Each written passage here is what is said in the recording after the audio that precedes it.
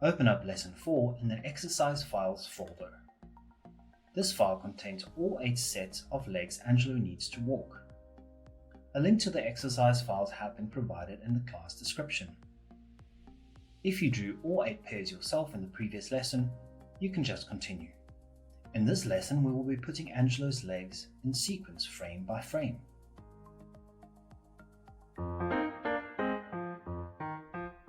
Frame by frame animation is traditional animation.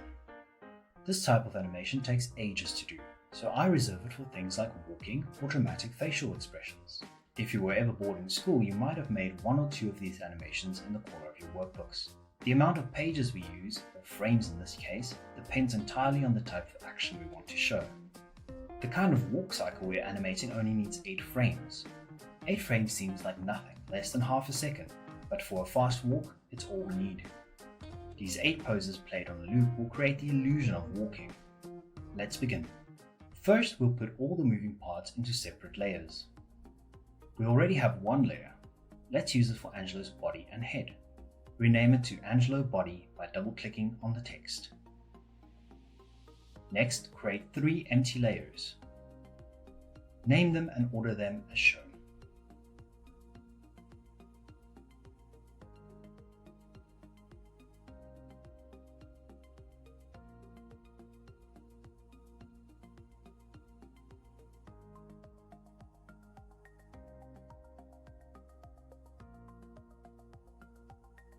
I'm ordering them by simply clicking and dragging on the layer title. Let's move each part to the correct layer. Drag select all the leg poses. Notice that once we click on any one of the legs, its layer gets automatically selected. Now we cut the selected objects and change to the legs layer. Right-click and select Paste in Place. You should see the empty keyframe become filled. To check that the legs are on the right layer, click the visibility toggle. If they are all on the layer you hide, they should all disappear. Now do the same for both arms.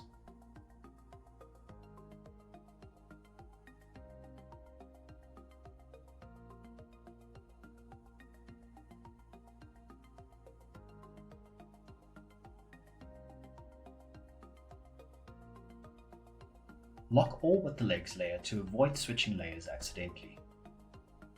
Each layer now has a timeline and different things can happen on each. Currently all the layers have one keyframe. We'll start with the one on the legs layer. Delete Angelo's standing pose and move the first pose into place until it looks natural.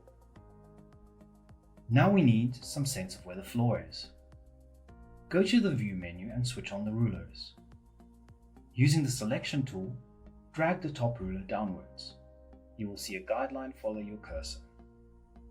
Release when you hit Angelo's heels. For the rest of the leg poses, we need 7 more keyframes, so let's insert them. Click on frame 2. To view frame options, right-click on the selected frame. Choose Insert Blank Keyframe. This is a keyframe without any drawings on it yet. Now the stage appears blank. Before placing the second pair of legs on this frame, it would be better if we could see Angelo's body on the other layer, so we need to add a frame for that as well. The body layer does not change, so we don't need a keyframe. We'll right-click on frame 2 in this layer and choose Insert Frame. A normal frame just copies what happens on the previous keyframe. Let's have the body appear for all 8 frames. Luckily we don't have to select each frame we want to fill, just the one on the end. Do the same for both the arm layers. Now when we return to the legs layer on frame 2, we can see where the legs should go. Move to frame 1 and select the second pose and cut it. Move back to frame 2 and paste. Move the legs to where they look natural. Click on frame 3 and insert another blank keyframe. Do the same for the third leg pose.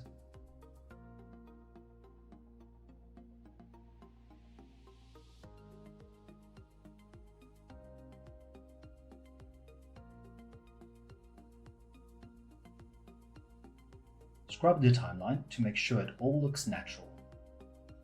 Repeat this until all 8 poses are distributed over 8 frames.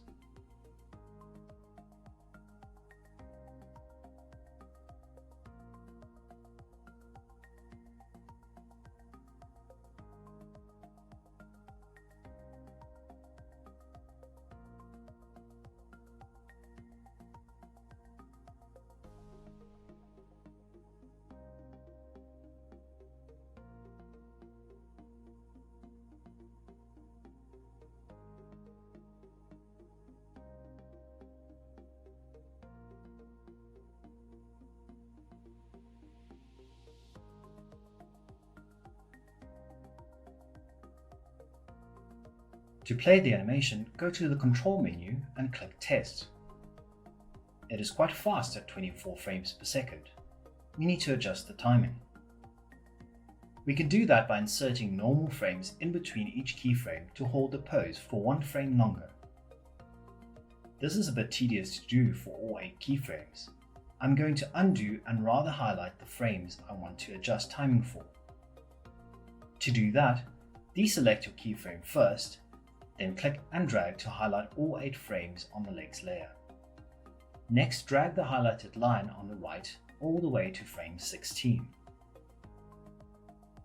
Extend the other layers the same way, or by just inserting a normal frame on frame 16 for each. The leg animation now holds each pose for longer, slowing the animation.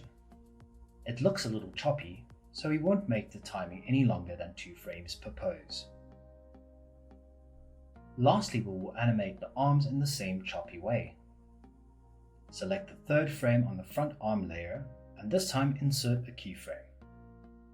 This makes a copy of the last keyframe, but this time you can record a new change.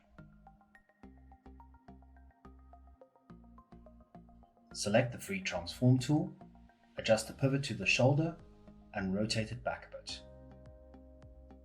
Now on frame 9, we want the arm to move back. Instead of inserting a new keyframe and rotating the arm back, let's copy the first frame and use that instead. It's easier than recreating a pose that already exists. Right-click on frame 1, choose Copy, and then right-click on frame 9 and choose Paste. From here the arm can go up. Choose frame 11 and insert a keyframe. Rotate the arm up.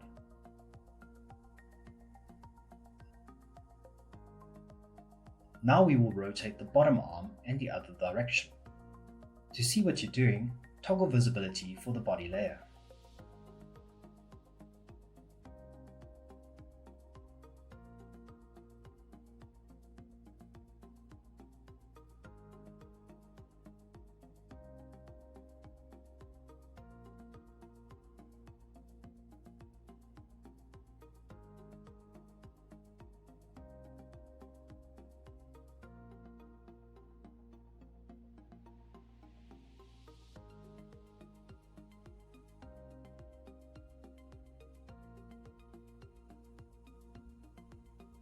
Finally, test the video to see what it looks like.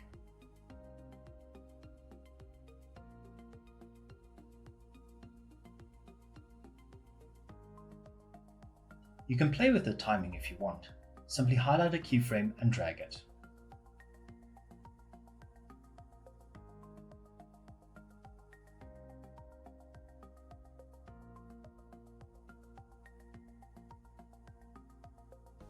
I will undo this because I worked out the timing beforehand.